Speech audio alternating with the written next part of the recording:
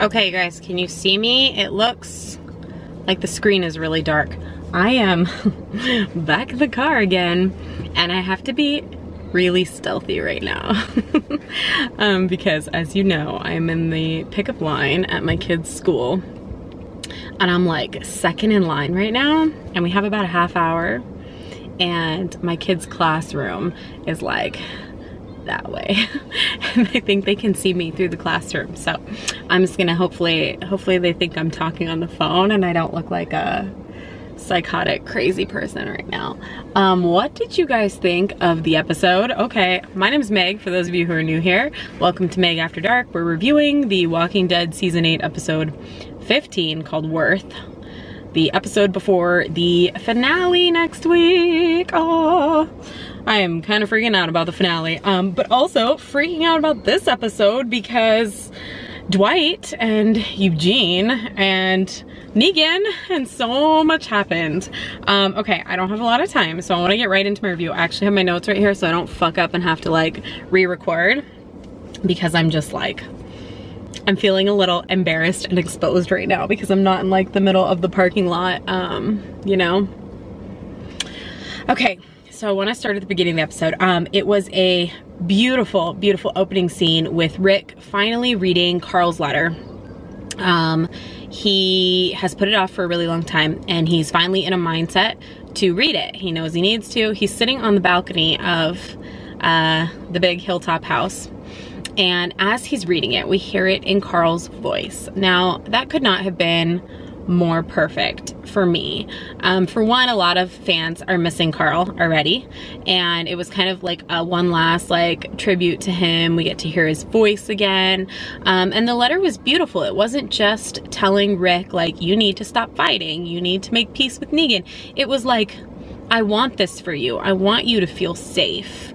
I want you to be able to take walks with Judith. Do you know what I mean? So, and while we're hearing this letter, we're hearing it in Carl's voice in the background, and we're seeing images of like Michonne and Judith just kind of like sitting outside, and we're seeing Gracie being held by Jerry going for a walk, you know, and there's safety there in the hilltop. And then we see the other members of the hilltop just kind of going about their day, doing what they have to do to prepare. Maggie's loading up guns and weapons. I forget what the guards' names are again. I've got it in my head somewhere, but I forget what their names are. But you know, they're changing posts, you know, relieving one another. It was just like, it was such a beautiful moment. And then jump all the way to the end of the episode, and we see Michonne reading Carl's letter to Negan. And you're kind of wondering, like, how is Negan gonna respond to this? Negan knew there was a letter, and he has been through a lot at this point up to the end of the episode. And it's like, how is he gonna take it? So in a last kind of effort to fulfill Carl's wishes, Michonne goes and she takes a shot and reads Negan the letter over the radio. And we see Negan have the exact opposite reaction that Rick had. So Negan is, he was just forced to kill Simon, his ally, his confidant, his, you know, number two, like his best guy there, maybe even best friend, if Negan has those kinds of friends. You know, that was his top guy. And he was just forced to kill him. And that scene, which we'll talk about in a minute, but that scene was insane. But, you know, Simon was likely the person that Negan counted on most. If there was no one else, like, Simon was his man, the one he could rely on. And here he was forced to kill him, and it totally had some Rick and Shane callbacks, I think, you know, just a little bit there, almost like a little, I don't even know if you would say it's a little nod, but it really reminded me of them, because Rick and Shane were best friends, and in the end, you know, Shane was trying to take Rick out, and Rick ended up taking Shane out, and it changed him afterwards. Especially it changed him towards Lori. He was so angry at Lori for you know, blaming her for having to kill his best friend, essentially, in very, like, minimal terms. Hang on, I'm gonna turn the AC on, you guys. It's getting a little hot in here. I'm a little bit worried the camera's gonna start vibrating, shaking because of the AC, so I apologize if there's any background noise or anything. So there was some callbacks to Shane and Rick there, and I think that for Negan, killing Simon, it changed something in him, and you saw at the moment he was choking Simon out. This rage just kind of overcame him, and he was so angry, I think, that it came down to that, like that in that moment, he was so angry that he was forced to kill him, that now things have changed, I guess is what I'm trying to say. I'm getting distracted, but whereas before he was willing to let everyone live, at the hilltop, he just wanted, you know, them to conform, that kind of thing. And he feels like, at least in that moment when he was like screaming and like the rage, like the utter rage on his face, while he was choking Simon, and it was like, I couldn't even catch all the words. I'm gonna have to go back and rewatch it. But it was like, he was like, I didn't want to have to kill them, and now I'm gonna have to kill every last one of them, you know?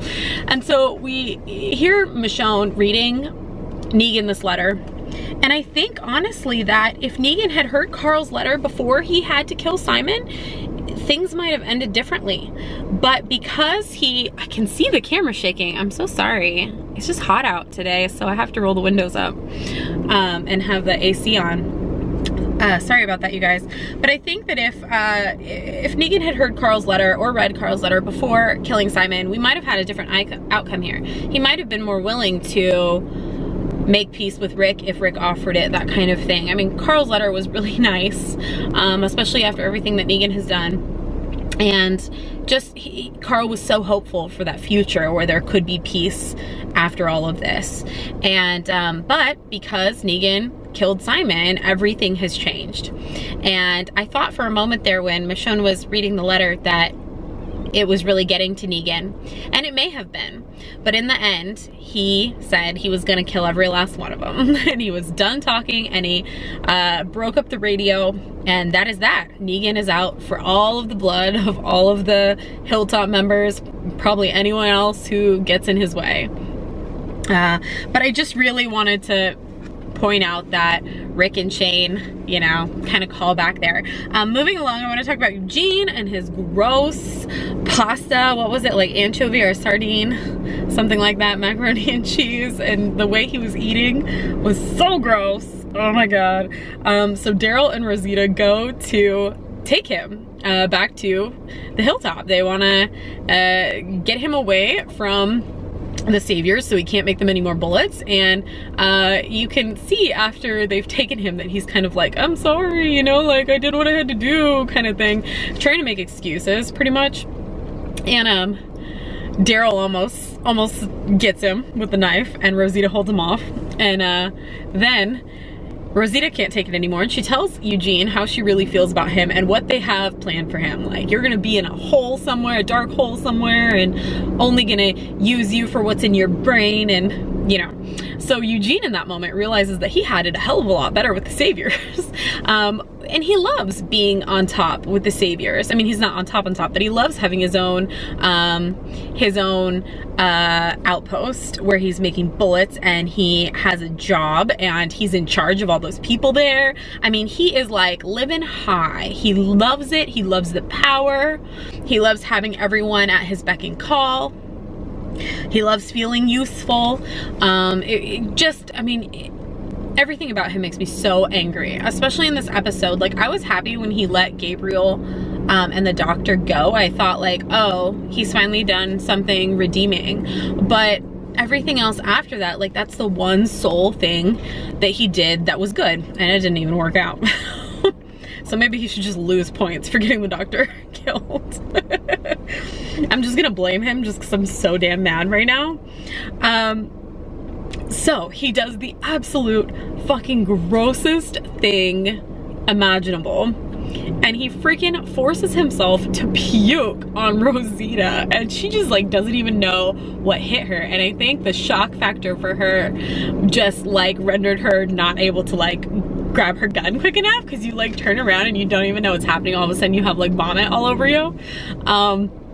So she did the best she could, and she recovered quickly enough and chased after him, but he had a pretty good head start. And he hides in like piles of ash, like human ashes and bones, I think, like, or walker ashes, like something. It's disgusting. I don't even know how he got himself under there that quickly. It seemed a little unrealistic. He didn't have that big of a head start, but somehow he piled all of that on top of him and still had time to like make fake footsteps to run away.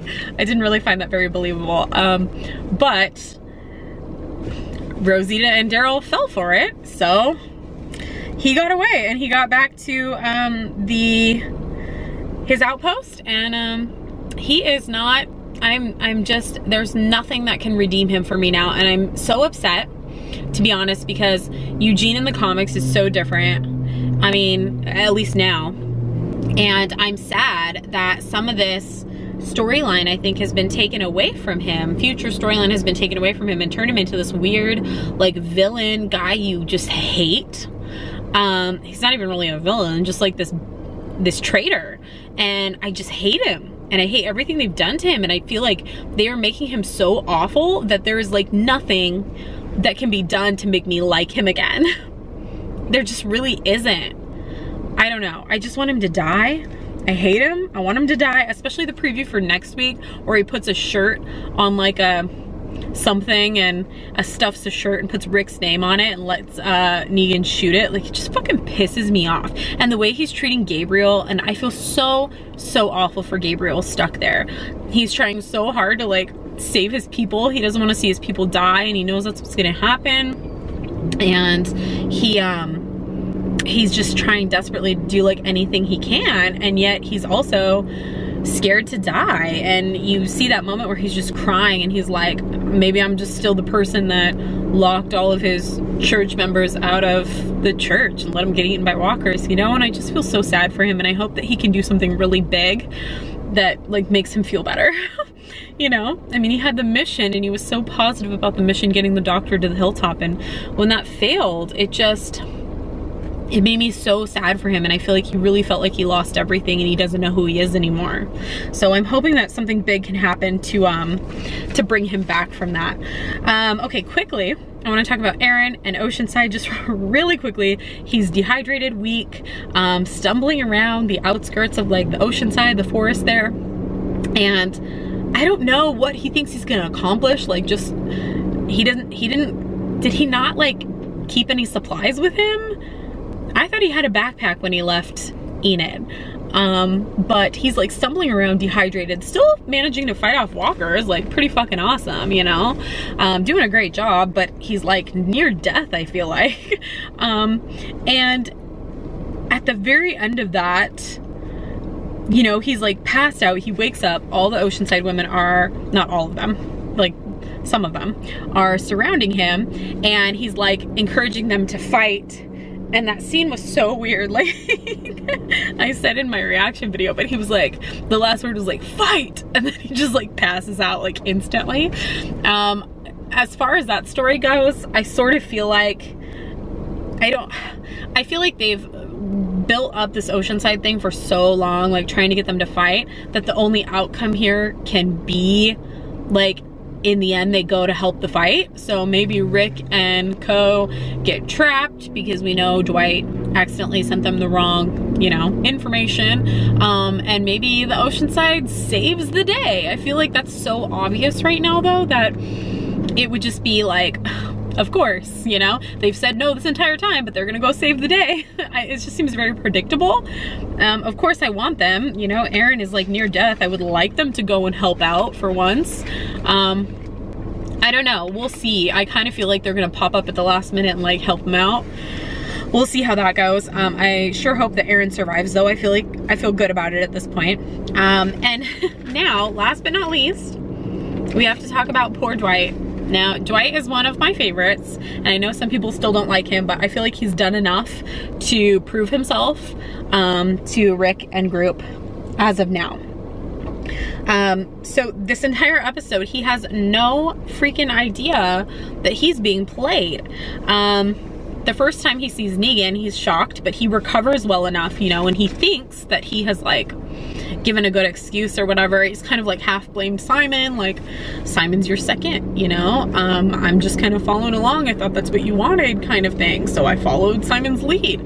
Then he even turns in Simon. Simon is still trying to like take over and kill Negan, and he turns Simon in kind of like a twist. I was really nervous there for a second that something was like gonna happen and it was actually gonna turn on Dwight in that moment, but it turns out Negan was there listening, somehow hiding behind the dumpster, under the dumpster, in the dumpster, like, I don't know, that was really weird. But he was there, and so obviously we know how that ends. Simon and Negan fight to the death. Negan comes out on top. After Negan comes out on, oh, okay, before Negan comes out on top, during the fight, Dwight has made a copy of the map of the plans, of Negan's plans, information that Negan has fed him, already knowing that he's a traitor. Poor Dwight doesn't know this, and he just plays right into it. He plays right into the trap, unfortunately. It's so upsetting. I feel so bad for him because all he wants to do is just like help the Hilltop and help fight against Negan, and it feels like everything that he has done so far has just fallen apart, you know? And so he he sees that Laura's alive, you know, it's like this surprise, Laura's alive. Guess what? We knew all along, and you played right into it. Gregory, the traitor, who literally Gregory cannot pick a freaking side. Gregory the traitor runs back as a little messenger and takes the bad plans, the bad information straight to Rick. And Rick is likely gonna fall for it, thinking that Dwight is on his side. And poor Dwight, it just makes Dwight look like he is a traitor towards Rick, you know? It makes him look like he did it on purpose. So I don't know, like, I'm so worried that even if Dwight manages to escape Negan, so Dwight's a prisoner now there. Negan doesn't kill him, thank God. I was really worried about that for a minute. But it's just nothing's looking good at this point for him. He's a prisoner, and if anything, Rick is gonna think that Dwight did it on purpose. Maybe not. Maybe Negan will say something in the end and it'll redeem Dwight. I don't know. Will he ever even get free of Negan? Like, this is definitely something that's a little bit different than the comics. And so I'm a little on edge because I just really don't know if Dwight is gonna survive or not at this point. And can we talk about the preview real quick for next week? I don't know how many of you looked close enough and saw it, but there was a person with a bucket over their head. And it really reminded me of a comic storyline towards that end there, somewhere around there. And I'm wondering, like, who, they're pulling somebody out of like a car, or they're walking by a car, and it looks like somebody has a bucket over their head. And so some kind of prisoner, I don't know.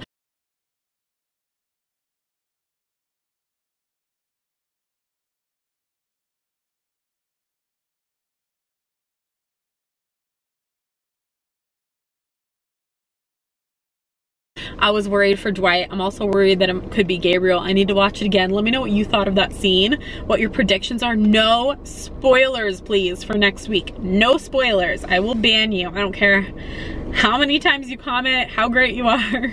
No spoilers. If I see a spoiler, I'm gonna be so mad at you. So please, I'm begging you, no spoilers.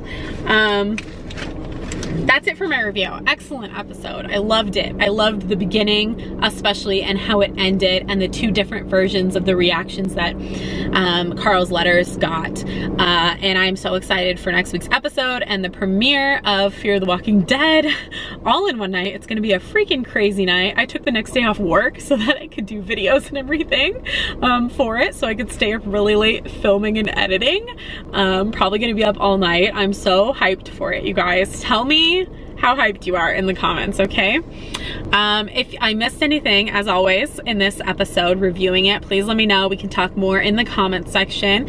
As always, I probably missed something in there, but I loved this episode, I really did. I'm so stressed and anxious for next week about who could potentially die. I don't know. Who do you guys think? Now, again, no spoilers, please. Okay, I love you guys. I hope you enjoyed this review. Please give it a thumbs up, share it with your friends, subscribe if you haven't, and I will see you next Sunday for a huge reaction video. Have a great day, you guys. Bye.